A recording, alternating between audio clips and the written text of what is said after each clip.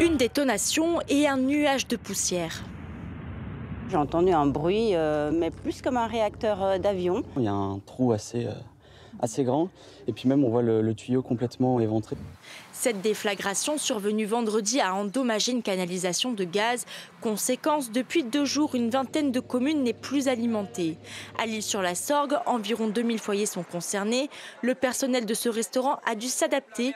1 500 € de matériel électrique acheté en catastrophe. Les plats sortent quand même beaucoup moins vite, c'est quand même beaucoup plus long. Vous voyez, on a quand même une petite plancha. À la base, on a quand même une plancha qui fait 1 mètre de long, on part sur 60 cm de long. Donc on fait en sorte quand même de ne pas mettre la cuisine en difficulté et de prévenir la clientèle que c'est un petit peu compliqué pendant quelques jours et qu'il va falloir être un petit peu patient. Déjà, ils arrivent à s'adapter, à continuer à ouvrir la cuisine, c'est déjà pas mal. On est dimanche, congé, donc il n'y a pas pressé.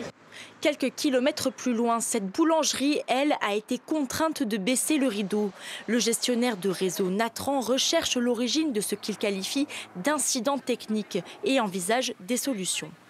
Pour la première zone d'Apt, nous allons construire une bretelle qui va permettre d'avoir un nouveau point d'alimentation de cette zone. Sur la zone de Château-Renard, nous allons réaliser des maillages qui vont nous permettre aussi de remettre en service la plupart des clients de cette zone.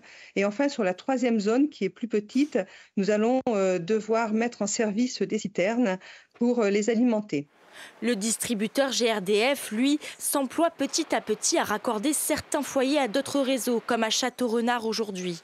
Retour à la normale prévu le week-end prochain.